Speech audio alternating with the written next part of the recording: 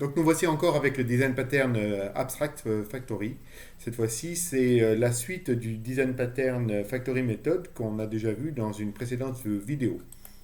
Donc ici, de quoi s'agit-il? Il s'agit là aussi d'assurer que les objets de forte valeur métier ne dépendent pas des objets de faible valeur métier. Et il s'agit également de séparer la création d'objets dérivant d'une classe mère de leur utilisation.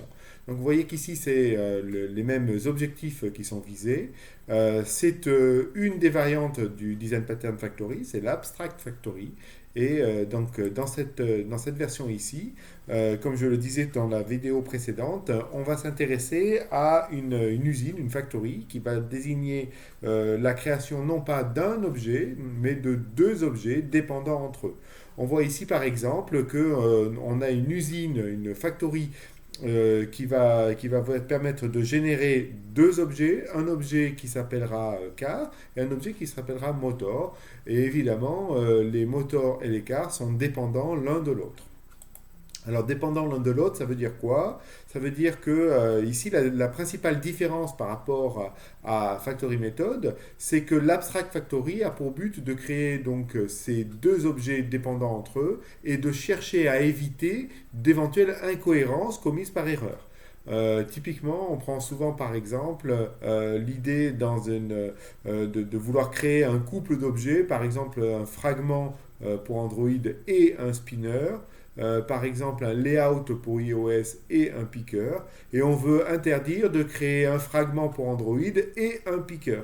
Vous voyez que ça serait une incohérence. On veut bien créer deux objets, mais ces deux objets doivent avoir une cohérence l'un avec l'autre. Et évidemment, le but de la factory, ça va être d'assurer, une des règles qu'elle va mettre en place, c'est d'assurer cette cohérence. Alors, comment on va mettre en place ça? Eh bien, on va d'abord créer donc une classe de haut niveau, une classe abstraite qui va être l'Abstract Factory. Cette classe-là sera une classe abstraite, on ne pourra pas faire un new de cette classe. Par contre, elle pourra être héritée, on va voir après. De la même façon, on va créer des interfaces iCar et iMotor. Ici, ces interfaces vont nous assurer d'avoir des produits abstraits et on va venir créer donc notre Concrete Factory qui, elle, va étendre l'Abstract Factory et donc pouvoir permettre de générer des objets de type iMotor et iCar. Évidemment, iMotor et iCar sont les interfaces et les objets concrets qu'on va générer devront implémenter les interfaces. Ici, typiquement, lorsque on va créer une French Factory qui héritera de Abstract Factory, notre French Factory va pouvoir créer un objet de type iMotor en appelant la méthode buildMotor. Et puis, elle va pouvoir créer un objet de type iCar en appelant la méthode buildCar. Et typiquement, elle pourra retourner un objet motor Twingo qui sera un iMotor et un objet de type car Twingo qui sera un iMotor. Alors comme tout à l'heure, ici je vais fabriquer un Factory 1 qui sera de type générique Abstract Factory et qui sera créé en faisant un New French Factory par exemple. Donc ma Factory 1 sera une French Factory, ma Factory 2 pourrait être par exemple une German Factory. Comment ça se passe avec les produits? Eh bien, ici, donc, je vais avoir ma classe Car Golf, qui est mon produit final, mon concrete product, qui va pouvoir implémenter mon iCar. iCar, ça sera l'abstract product. Je vais avoir de la même façon un motor Golf qui va implémenter iMotor, et iMotor sera l'abstract product.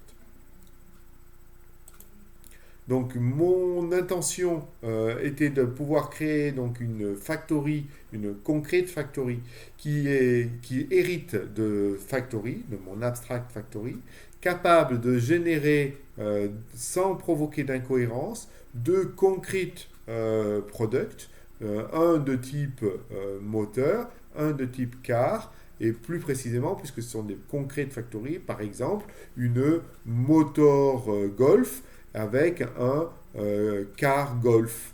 Donc, et non pas une motor Golf. Je ne pourrais pas mettre un moteur de Golf sur une Twingo. Ça serait une incohérence. Donc ici, j'ai bien assuré d'avoir une voiture de type Twingo et un moteur de type Twingo, une voiture de type Golf et un moteur de type Golf. Et encore une fois, donc le rôle de la factory, ça va être de déléguer cette responsabilité, de créer ces objets avec les cohérences dont je vais avoir besoin. Voilà, c'est tout pour ces cours sur le design pattern factory. Maintenant, on va passer à l'application pratique au travers d'Android Studio pour ceux qui veulent suivre donc les versions tutoriels. À bientôt.